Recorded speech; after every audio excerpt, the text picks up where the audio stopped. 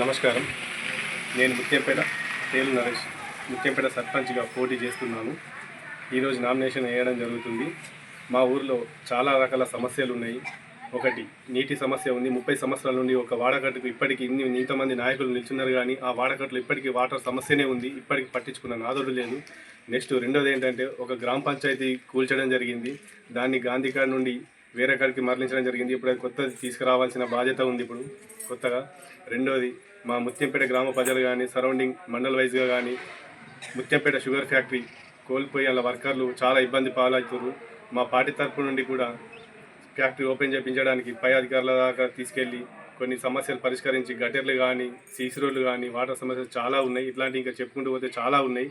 వీటన్ని పరిష్కరించుకుంటామని నేను సర్పంచ్గా పోటీ చేయడం జరుగుతుంది.